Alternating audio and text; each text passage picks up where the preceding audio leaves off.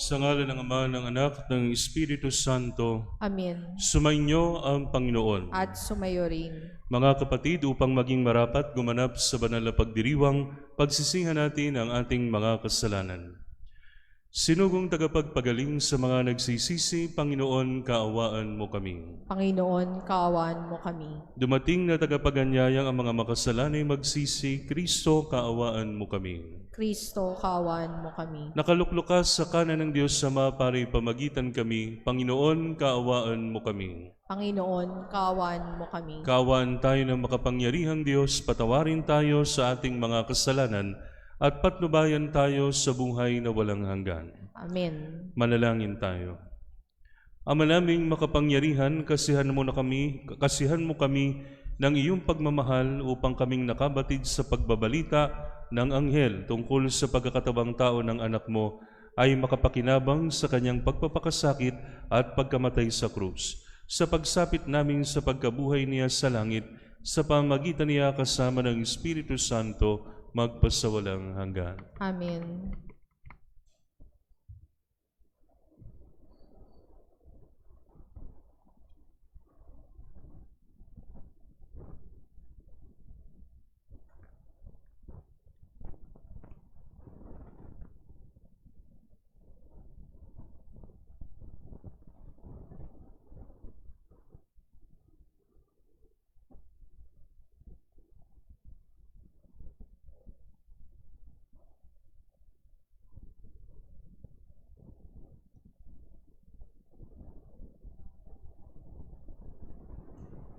Ang salita ng Diyos mula sa aklat ni Propeta Isaías.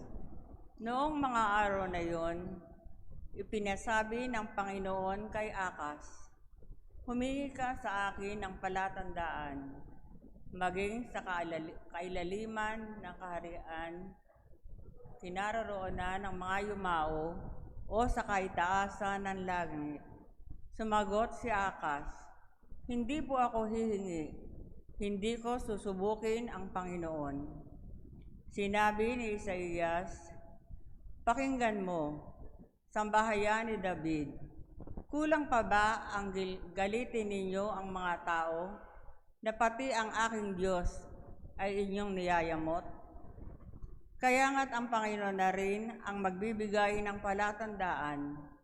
Maglilihi ang isang dalaga at manganganak ng lalaki, at ito ay tatawaging Emmanuel."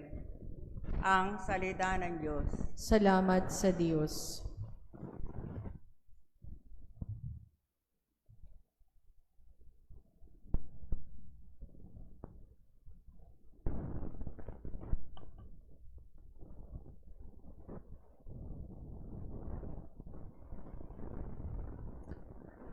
Ang Panginooy darating, siya'y dakilang hari natin. Ang Panginooy darating, siya'y dakilang hari natin. Ang buong daigdig, lahat ng naroon, may-ari ang Diyos ating Panginoon. Ang mundo'y natayo at yaong sandigay, ilalim ng lupa, tubig kalaliman. Ang Panginooy darating, siya'y dakilang hari natin. Sino ang marapat umahon sa burol? Sa burol ng puon, sino ngang aahon? Sinong papayagang pumasok sa templo? Sinong tutulutang pumasok na tao? Siya na malinis ang isip at buhay, na hindi sumamba sa Diyos-Diyosan, tapat sa pangako na binibitiwan. Ang Panginooy darating, siya'y dakilang hari natin. Ang Diyos na Panginoon, pagpapalain siya, ililigtas siya at pawawalang sala. Gayon ang sinumang lumalapit sa Diyos, silang lumalapit sa Diyos ni Jacob. Ang Panginooy darating, siya'y dakilang hari natin.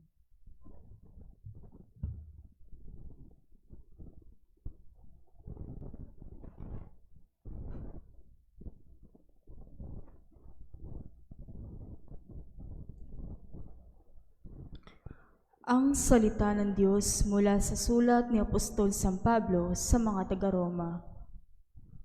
Mula kay Pablo na alipin ni Kristo Jesus, tinawag upang maging apostol at hinirang, upang mangaral ng mabuting balita ng Diyos. Sa inyong lahat na minamahal ng Diyos na nangarihan sa Roma, na tinawag upang maging mga banal, sumainyo nawa ang pagpapala at kapayapaan mula sa Diyos na ating Ama at sa Panginoong Hesukristo. Ang mabuting balitang ito na ipinangako niya noon pang una sa pamamagitan ng mga propeta at nasasaad sa mga banal na kasulatan ay tungkol sa kanyang anak na ang ating Panginoong Hesukristo. Ang kanyang pagiging tao, siya'y pinanganak mula sa lipi ni David at sa likas na kabanalan ng kanyang espiritu. Ipinahayag siyang anak ng Diyos sa pamamagitan ng makapangyarihang gawa ang kanyang muling pagkabuhay. Sa pamamagitan niya, tinanggap namin sa Diyos ang kaloob na maging apostol, upang ang lahat na bansa ay akayin sa pananampalataya at pagsunod sa Kanya. Kabilang din kayo sa mga tinawag na maging tagasunod ni Hesukristo. Ang salita ng Diyos. Salamat sa Diyos.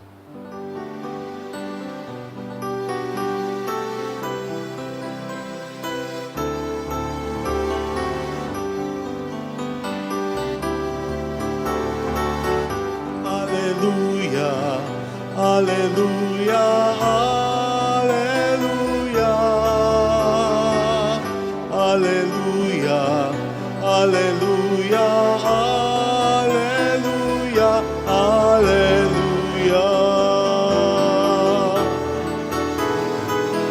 alleluia, alleluia, alleluia, alleluia.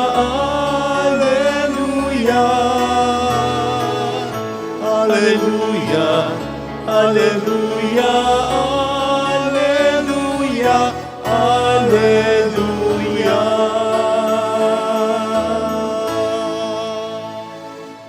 Sumainyo ang Panginoon. At sumayo rin. Ang mabuting balita ng Panginoon ayon kay San Mateo. Papuri sa iyo, Panginoon.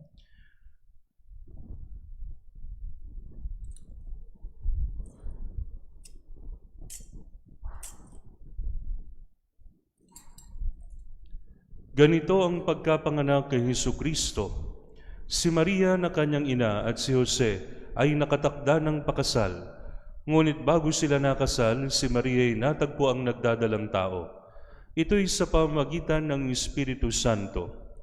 Isang taong matuwid itong si Jose na kanyang magiging asawa, ngunit ayaw niyang mapahiya si Maria, kaya ipinasya niyang hiwalayan ito ng lihim. Samantalang iniisip ni Jose ito, nagpakita sa kanya sa panaginip ang isang anghel ng Panginoon. Sabi nito sa kanya, Jose, anak ni David, huwag kang matakot na tuluyang pakasalan si Maria, sapagkat siya'y naglihi sa pamamagitan ng Espiritu Santo. Manganganak siya ng isang lalaki, at ito'y pangangalanan mong Jesus, sapagkat siyang magliligtas sa kanyang bayan sa kanilang mga kasalanan. Nangyari ang lahat ng ito upang matupad ang sinabi ng Panginoon sa pamamagitan ng propeta. Maglilihi ang isang dalaga at manganganak ng isang lalaki at tatawagin itong Emmanuel. Ang kahulugay kasama natin ng Diyos.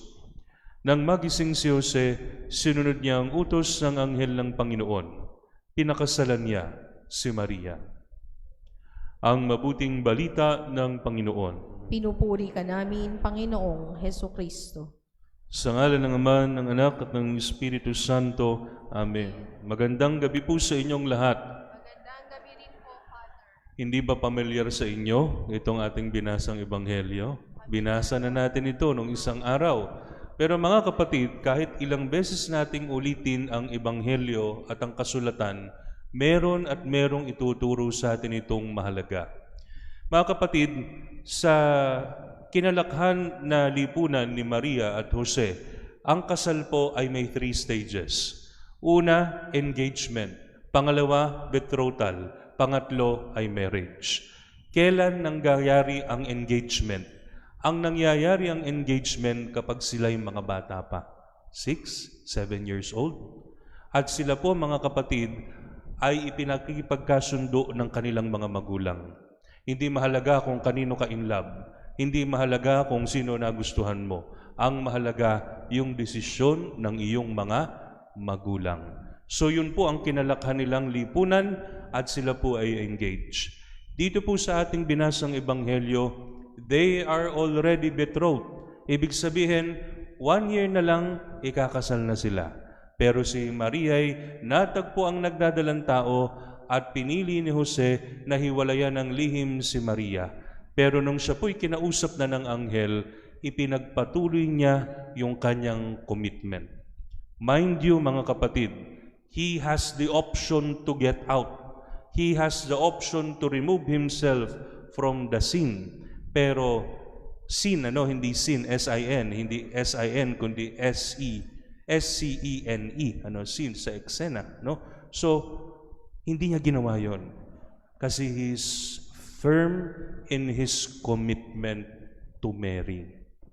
Mga kapatid, isang mahalagang bagay para sa ating mga Kristiyano yung commitment. Pagka narinig natin yung commitment, tila baga mabigat. Parang, committed na. May commitment ako. Para bang nakatali na? Para bang wala ka ng kalayaan?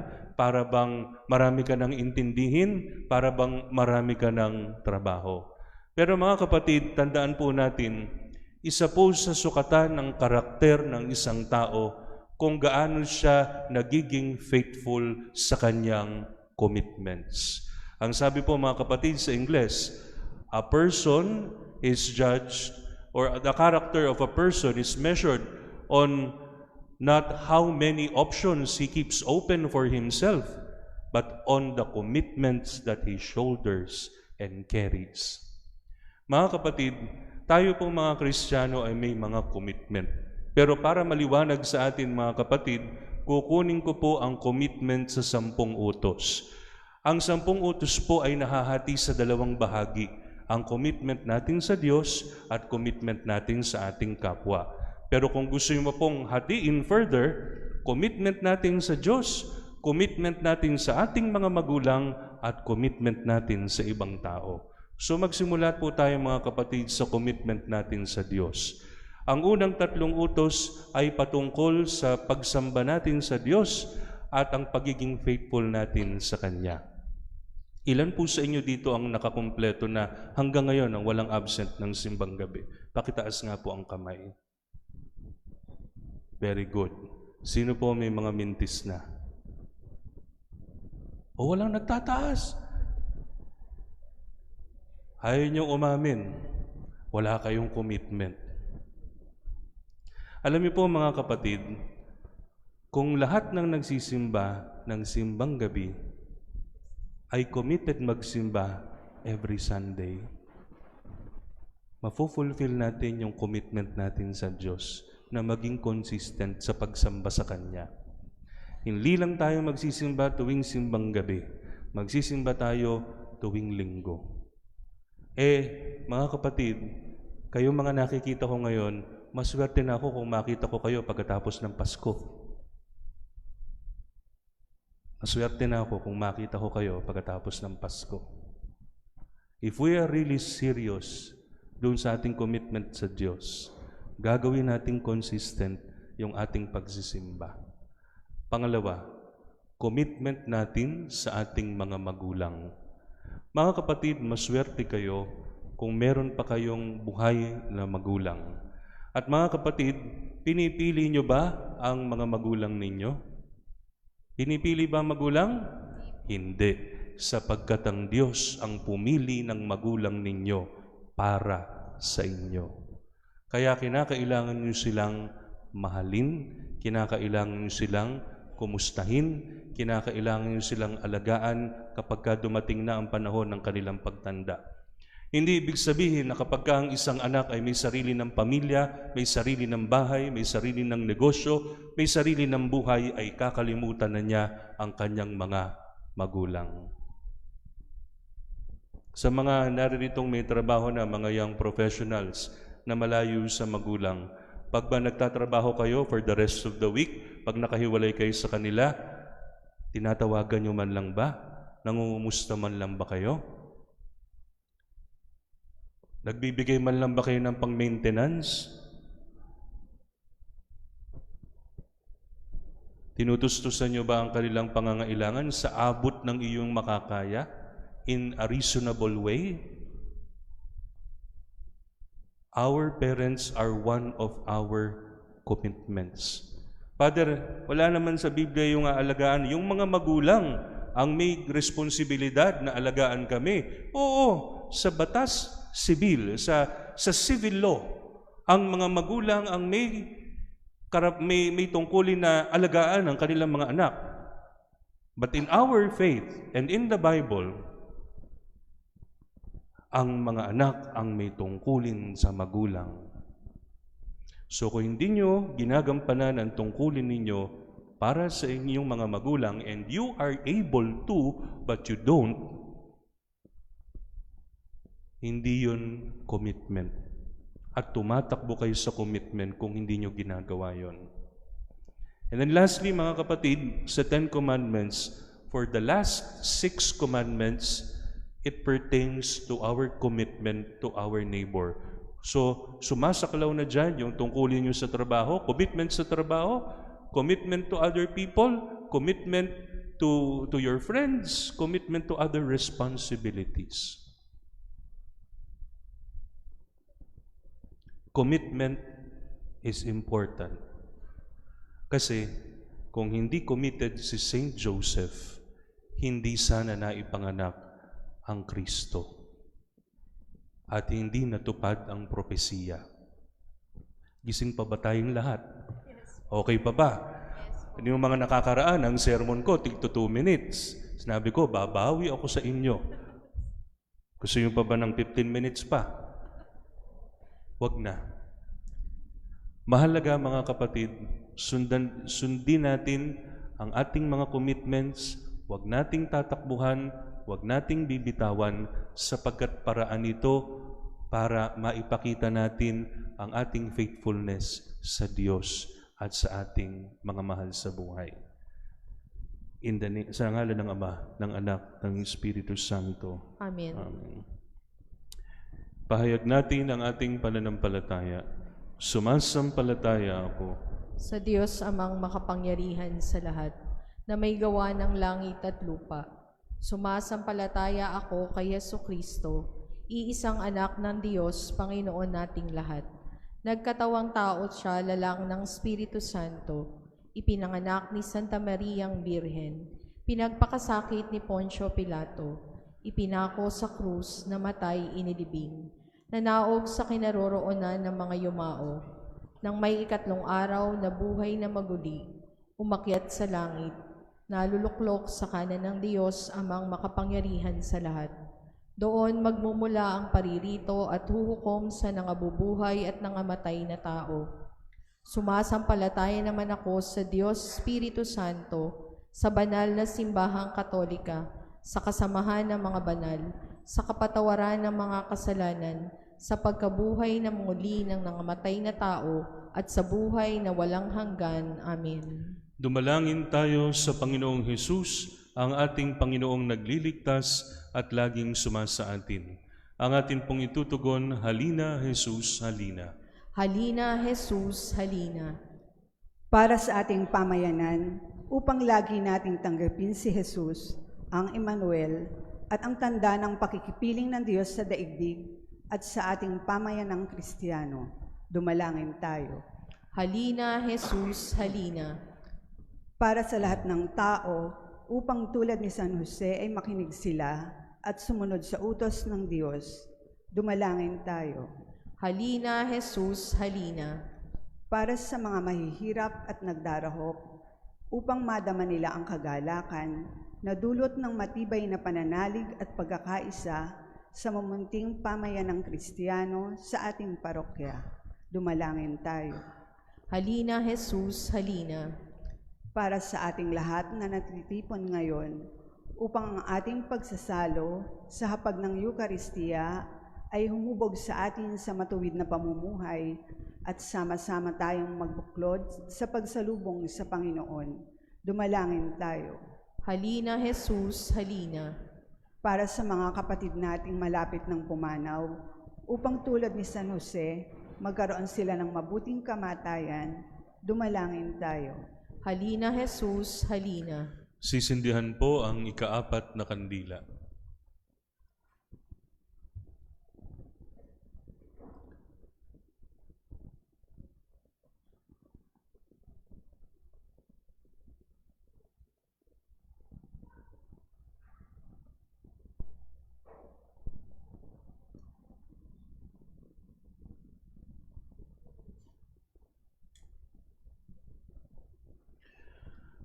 Panginoong Hesukristo, itulot mo na ang darating na Kapaskuhan ay hindi lamang maging isang magandang salaysay ng nakaraan, kundi maging isang sandali ng pakikipagtagpo sa iyo.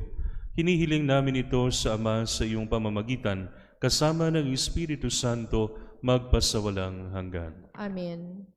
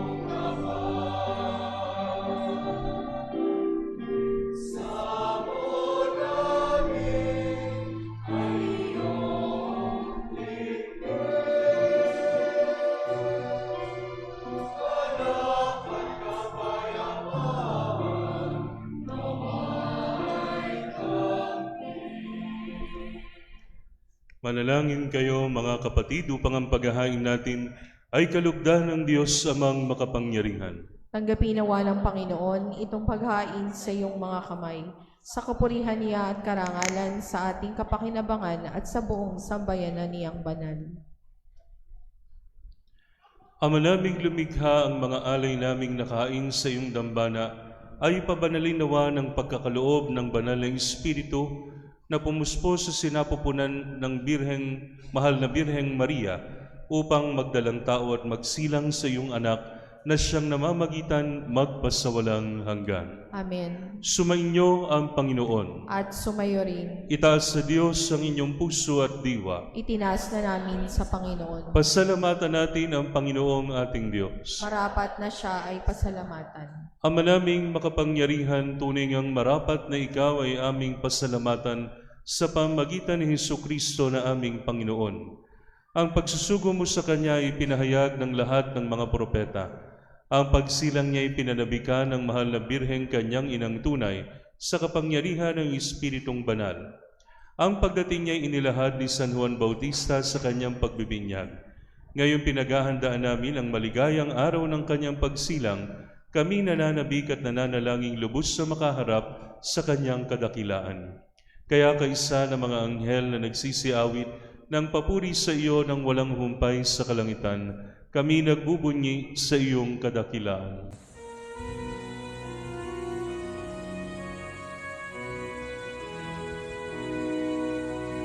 Santo, Santo, Santo, Panginoong Diyos ng mga hukbo, napupuno ang langit at lupa ng kadakilan mo. Hosana, Hosana sa kaitaasan, pinagpalang na paririto sa ngalan ng Panginoon. Hosana, Hosana sa kaitaasan.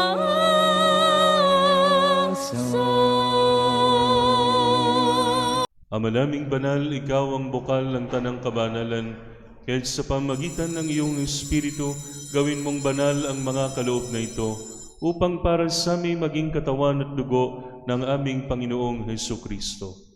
Bago niya pinagtiis ang kusang loob na maging handog, hinawakan niya ang tinapay, pinasalamatan kanya, pinaghati-hati niya iyon. Iniabot sa kanyang mga alagad at sinabi, "Tanggapin ninyong lahat ito at kanin. Ito ang aking katawan na ihahandog para sa inyo."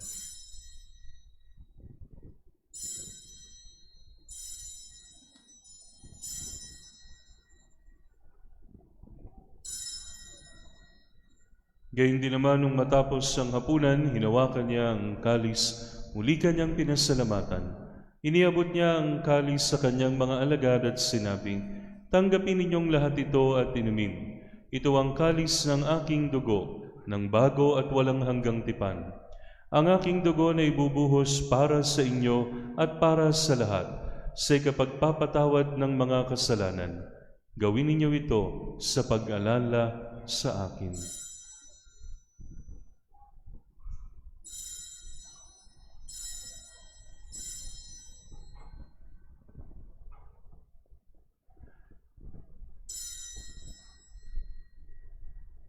Ipagbunyi natin ang misteryo ng pananampalataya.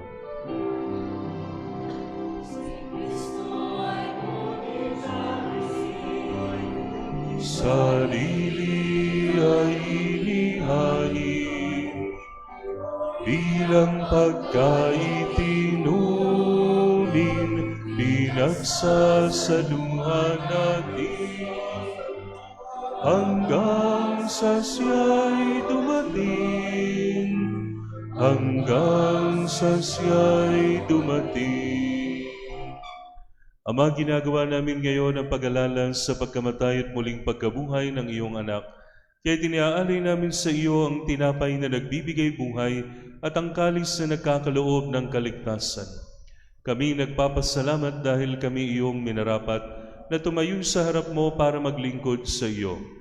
Isinasamo namin kaming magsasalo-salo sa katawan at dugo ni Kristo ay mabuklod sa pagkakaisa sa pamamagitan ng Espiritu Santo. Amalingapin mo ang iyong simbahang laganap sa buong daigdig. Puspusin mo kami sa pag-ibig kay San Leon na aming Papa, ni Dennis na aming Obispo at ng Tanang Kaparian. Alalahanin mo rin ang mga kapatid naming nahimlay na may pag-asang sila'y muling mabubuhay, gayon din ang lahat ng mga pumanaw. Kaawaan mo sila at patuloyin sa iyong kaliwanagan. Kaawaan mo at paging dapatin kaming lahat na makasalo sa iyong buhay na walang wakas, kaysa ng mahal na Birheng Maria na Ina ng Diyos, kaysa ni San Jose, kaysa ng mga apostol at lahat ng mga banal na namuhay dito sa daigdig ng kalugod-lugod sa iyo. May pagdiwang nawa namin ang pagpupuri sa ikararangal mo sa pamagitan ng iyong anak na aming Panginoong Hesukristo. Sa pamagitan ni Kristo, kasama niya at sa Kanya, ang lahat ng parangal at papuri ay sa iyo, Diyos amang makapangyarihan, kasama ng Espiritu Santo, magpasawalang hanggan.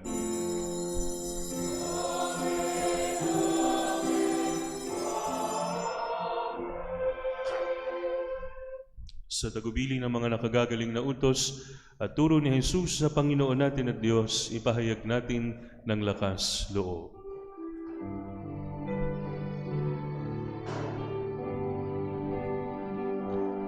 Ama namin sumasalangit ka, sambahin ang ngalan mo. Mapasa amin ang kaharian mo, sundin ang loob mo. Dito sa lupa para ng sa langit, bigyan mo kami ngayon ng aming kakanin sa araw-araw, at patawarin mo ang aming mga sala para ng pagpapatawad namin sa nagkakasala sa amin. At huwag mo kaming ipaitulot sa tukso, at yadya mo kami sa lahat ng masama. Hinihiling namin kami yadya sa lahat ng masama, pagkalooban ng kapayapaan araw-araw, iligtas sa kasalanan, at ilayo sa lahat ng kapahamakan. Samantalang aming pinananabikan ang dakilang araw ng pagpapahayag ng tagapagligtas naming si Jesucristo. Sa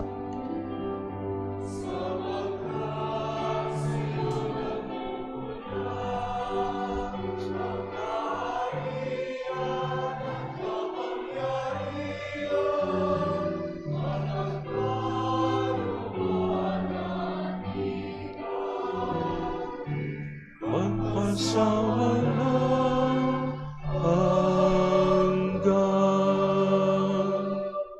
Panginoong Hesukristo, sinabi mo sa iyong mga apostol, kapayapaan ang iniiwan ko sa inyo, ang aking kapayapaan ang binibigay ko sa inyo. Tunghayin mo ang aming pananampalataya at huwag ang aming mga pagkakasala. Pagkalooban mo kami ng kapayapaan at pagkakaisa ayon sa iyong kalooban, kasama ng Espiritu Santo, magpasawalang hanggan. Amen. Ang kapayapaan ng Panginoon ay laging sumainyo. At sumayo rin. Magbigayan kayo ng kapayapaan sa isa't isa. Kordero ng Diyos na nag-aalis ng mga kasalanan ng sanlibutan, maawa ka sa amin. Kordero ng Diyos na nag-aalis ng mga kasalanan ng sanlibutan, maawa ka sa amin. Kordero ng Diyos na nag-aalis ng mga kasalanan ng sanlibutan, ipagkaloob sa amin ang kapayapaan. Ito ang kordero ng Diyos, ito nag-aalis ng mga kasalanan ng sanlibutan. Mapalad ang mga inaanyayahan sa kanyang banal na piging. Ngaynoon, hindi ako karapat-dapat na magpatuloy sa iyo. Ngunit sa isang salita mo lamang ay gagaling na.